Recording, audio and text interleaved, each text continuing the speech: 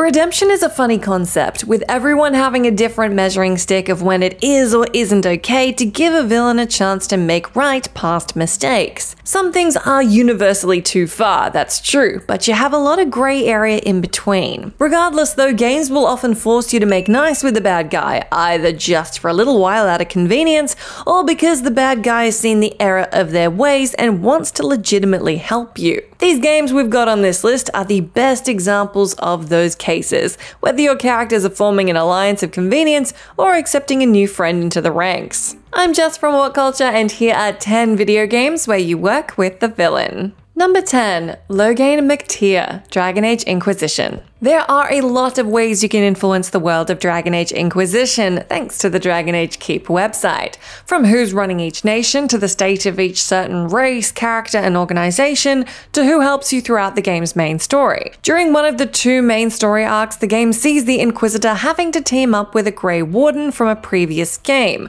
to stop corruption in his organization's ranks. Who that Warden is entirely up to the player, but one option is LOGHAIN from Dragon Age Origins. LOGHAIN McTeer, once the main antagonist of the first game, is given a new lease on life should the player decide to spare them at the end of Origins' climactic showdown. To keep an eye on him, since, they're not complete idiots, they induct him into the Grey Wardens, which binds him to fighting the demonic Darkspawn for the rest of his life, which, speaking of, has been reduced to only 30 more years because of the induction ritual. And sure enough, if that's your world state from Origins, then LOGHAIN shows up in Inquisition to help the Inquisitor save the Grey Wardens from themselves. Number 9. Shadow the Hedgehog, Sonic Adventure 2. One of the most famous villain to hero heel turns belongs to Shadow the Hedgehog in Sonic Adventure 2. After spending the whole game running rings around Sonic & Co. in order to bring about the end of the world that took so much from him, Shadow is convinced at the 11th hour to finally try and put his past behind him. Just in time too, because the predecessor to Shadow for the Ultimate Lifeform project has broken loose. A giant kaiju known as the BIOLIZARD. How you get from BIOLIZARD kaiju monster to little black hedgehog is beyond me, but hey, what do I know? The final act of this game more or less redefined the entire franchise going forward, introducing a new fan favorite character as well as cementing that every Sonic game from then on should have a fight against a big eldritch abomination. Number 8. Bowser, Super Paper Mario. Bowser and Mario have worked together in the past, or at least have decided that sometimes they'll settle their differences with golf instead of battling to the death. But in the Mario RPGs, they've been more likely to team up against a common enemy. The best example comes in Super Paper Mario, where, after being manipulated into helping start the end of the multiverse, Bowser gets sent to another world so he won't be a problem for the true villain of the story, Count Bleck. Obviously, Bowser takes offense to this, so much so that he has no problem whatsoever in teaming up with Mario when he finds the King Koopa. Bowser becomes a party member from that point forth, providing an excellent source of offense in the form of his fire breath. Number 7. Nadine Ross, Uncharted: The Lost Legacy. If you were gonna continue the Uncharted series, and considering how much bank this series consistently makes, of course they were gonna keep it going past 4, shifting the POV character to fan favorite Chloe is an excellent place to start. But Naughty Dog went even further and had her team up with Nadine Ross, one of the main villains from Uncharted 4. At first, Nadine is clearly only there because she really needs the money due to her losing her meal ticket in 4.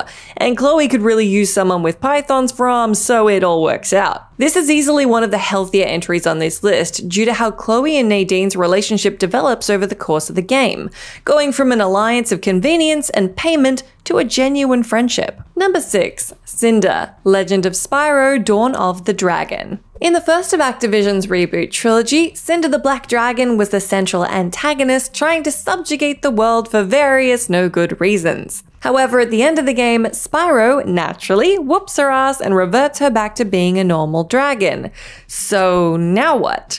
Spyro can't bring himself to kill Cinder, he feels way too sorry for her, plus he clearly is already developing a crush on her. So for most of the second game, she just sulks. Then Dawn of the Dragon comes and the dynamic undergoes yet another shift. This time Cinder wants to actually help Spyro solve the problem, becoming his co-op partner for the game as well as his broody love interest. It's an arc that was a whole trilogy in the making and was awesome to watch unfold. Number 5. Cerberus, Mass Effect 2. Teaming up because you're reconciling your differences or because you've undergone an intensely emotional arc is all well and good, but there's nothing like the inherent discomfort of working with someone that you know for a fact you cannot trust. After Shepard gets their ass thoroughly stomped into a thin rubbery paste by the Collectors for messing with their bosses the Reapers in the last game, the Commander finds themselves brought back to life by the human supremacist group known as Cerberus. They're Shepard's only large-scale ally in the fight against the Reapers,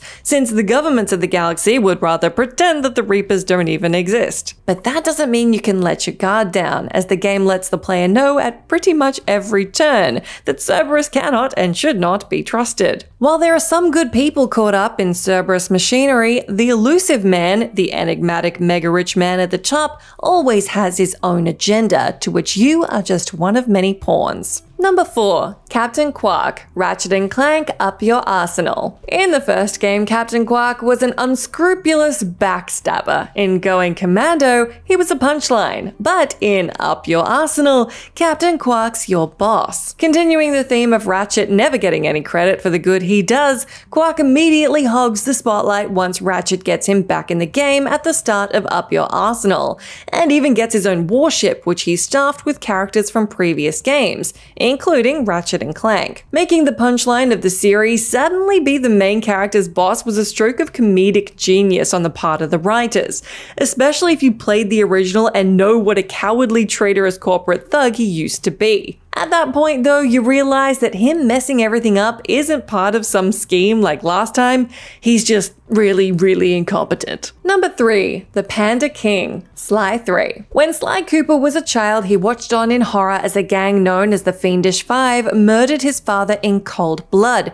and stole his family's book of thieving legacy. One by one, he got his revenge on the men who took everything from him, and that was where the first game was content to leave it. But then Sly 3 came along and flipped the whole narrative on its head. We find one of the men who murdered Sly's father, the Panda King, redeemed and living the quiet life in the mountains, at least until some nasty warlord comes and messes with him and his family. Just in time too, because Sly finds himself forced to acknowledge that they need the Panda King's help for the big job at the climax of 3. Agreeing to scratch Sly's back if Sly scratches his, Sly ends up helping the Panda King rescue his daughter, earning his former enemy's allegiance in the bargain. Number 2. GLADOS, Portal 2. By far the funniest case of having to work with the dude who, not 5 minutes ago, wanted your head mounted on their wall belongs to GLADOS from Portal 2. To be fair, it's kinda hard to be menacing when you've been turned into a potato battery by Higgins from Modern Family. After helping the AI core Wheatley overthrow and supplant Shell's eternal tormentor GLADOS, Wheatley almost immediately turns on Shell in turn, forcing her to team up with GLADOS to defeat him. Just one problem.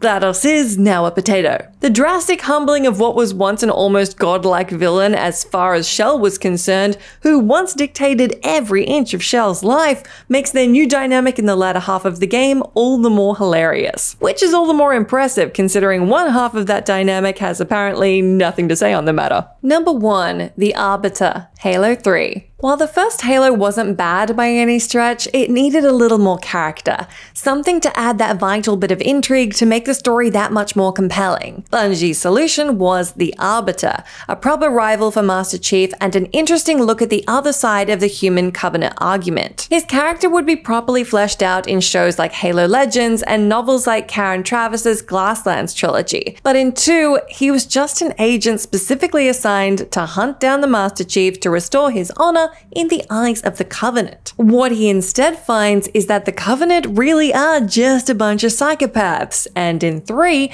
Arbiter and his people team up with the humans to take them down for good. And on top of all this, the brilliant voice of Keith David and you get by far the most compelling arc in the entire Halo franchise, and the coolest instance of a villain and hero teaming up to take down the greater threat. And that's the end of our list. Do let me know down in that comment section if you can think of any other great examples of video games where you work with the villain.